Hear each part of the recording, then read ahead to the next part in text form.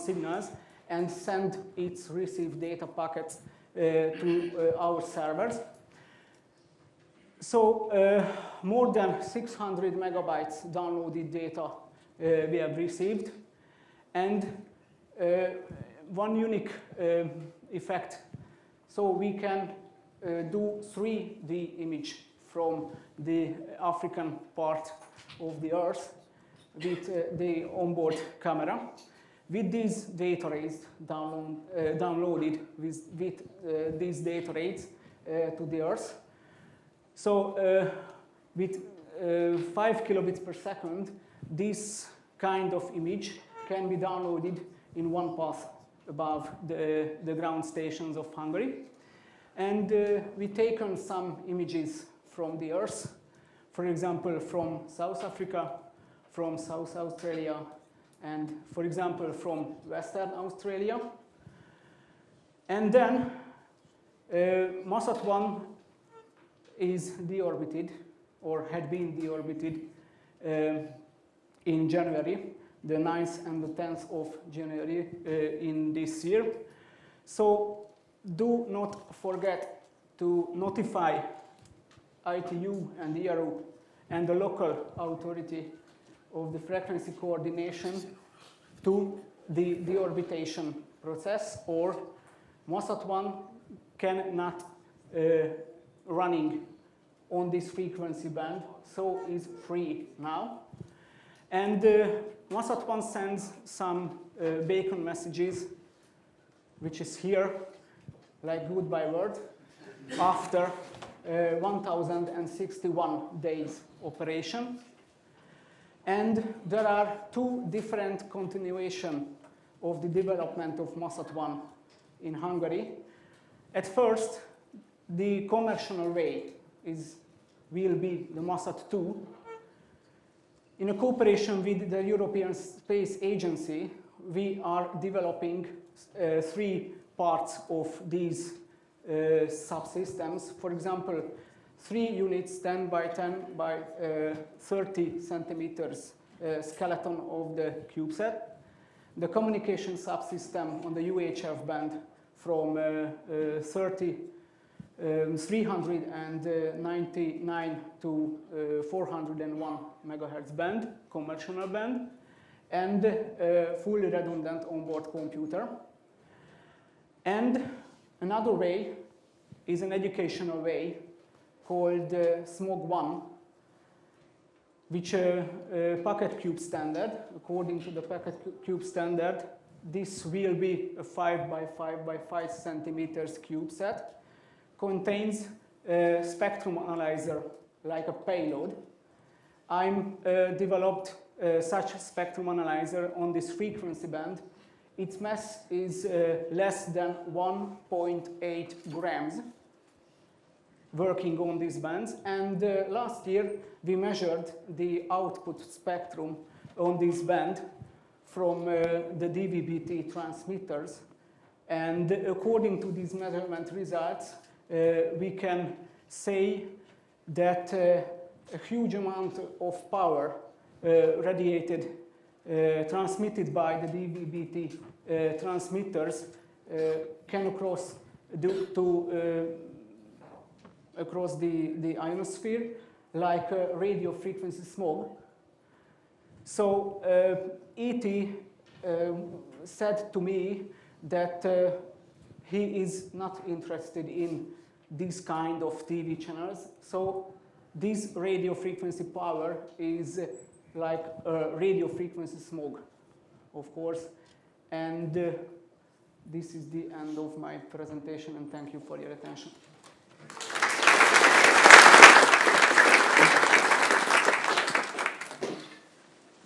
Thank you very much. Nice presentation, and really it's not a coincidence, but on the next BRIFIC I just checked online, it's too fast, because today we have a BRIFIC day, will be published the part 1 of the suppression of the MASAT-1. That's why in a few days, it's today still MASAT-1 is as a notified with resolution 4, but in next 2 weeks we will publish the part 1 suppression of the filing, and as you correctly stated, legally this frequency is free for YARU for reuse by other systems. Thank you very much. Good example, thank you.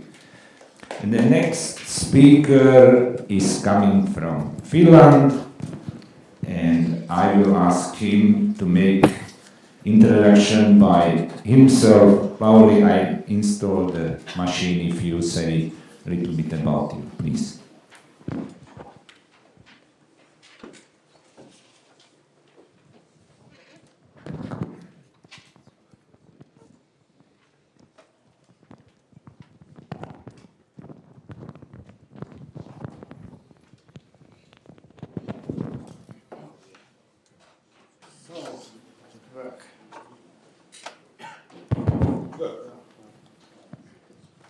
So my name is Pauli HUUHKA and I'm from the Frequency Administration of Finland. So I have done a lot of work in ITU for 25 years for satellites, and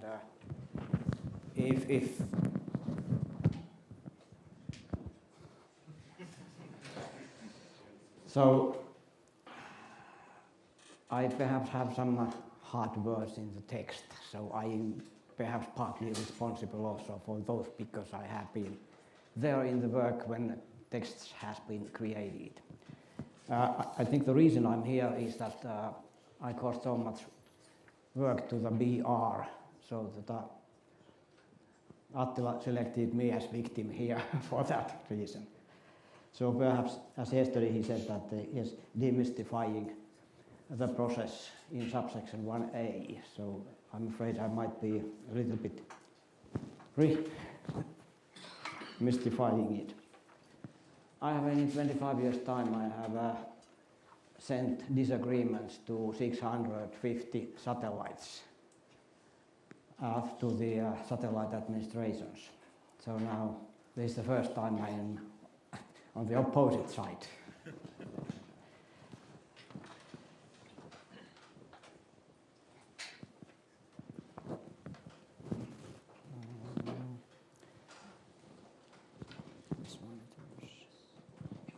Okay, right, thank you. So I have an experience I want to share with you. Where did that come from? I don't remember. So the satellite is ALDA-1, as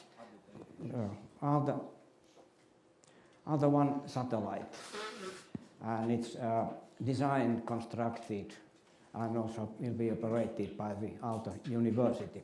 I have in the text some details which are not so important to the process itself, but perhaps a little bit interesting texts. In the following I will have texts which are in white, and they are referring to radio regulations, but they are shortened texts from the regulations, so they are not copied. Just to mention firstly about the altitude, 600 kilometers, we have had some discussions about how important it is to have the exact frequencies to the administration. 100 down or 200 up, that means nothing there, so don't be afraid of that. This value has been changed since the notification information. When we think about the interference to terrestrial services or Earth stations, so just an example, at 60 degrees latitude as Helsinki, this satellite will be visible 7% of time on average.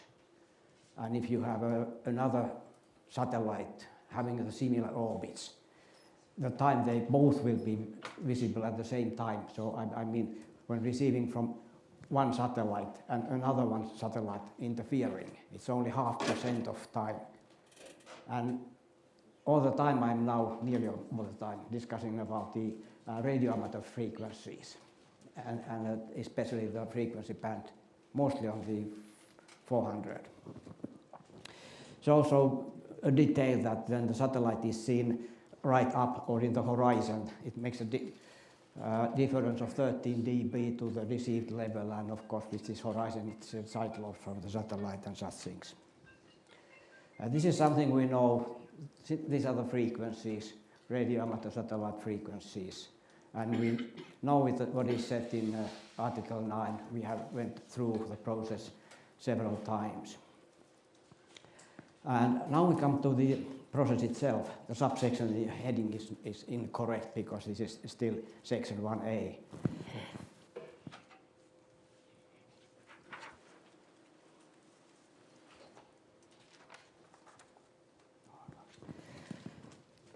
So it started in September 2013 when we sent the information to the BR.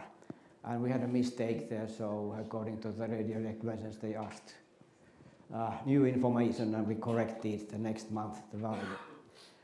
And other one was published in API in beginning of 2014. Then to this point that the administration who believes that they may receive interference, there are some things they have to do in 4 months. First, send comments to the administration A, which here is the satellite administration. And all those administration Bs, they have to give their comments. They also should give the details for the interference.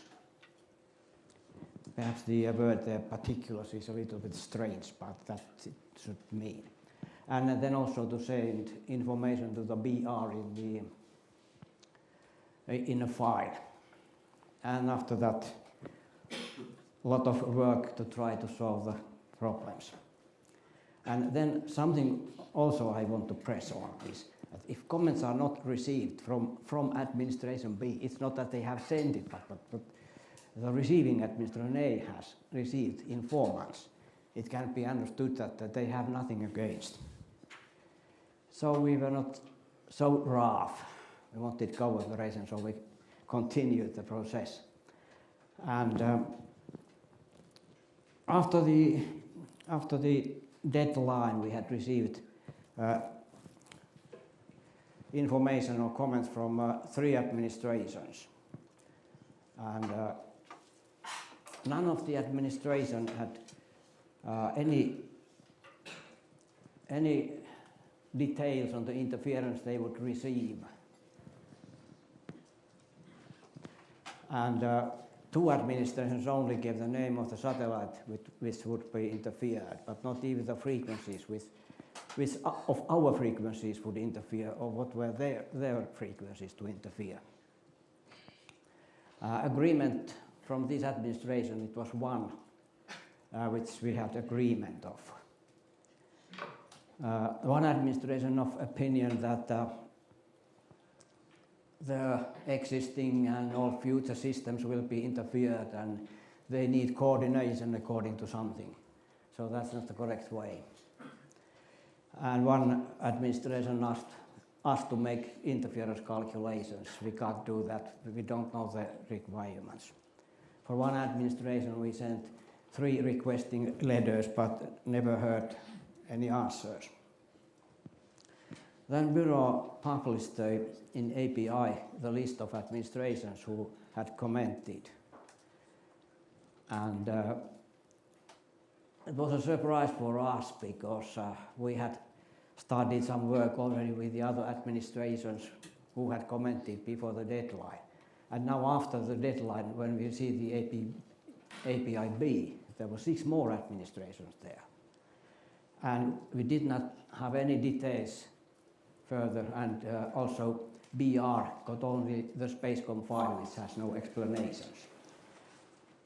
And I want to hear later, perhaps tomorrow, about the service area, because 5 administrations wanted to be excluded from the service area of the satellite. I don't know. For me, it means nothing, but just that the Earth stations are not affected towards the transmission from the country, so it's just the same. Some complained about interference to the terrestrial services. And I had some comment somewhere that I think this should not be against the terrestrial services if we read exactly the radio regulations. And some administrations said that the space services will be affected. And we was opinion because they had not answered in a time limit, as I said, so we continue the process. Well, then the work should go on trying to solve the difficulties. I think I had a few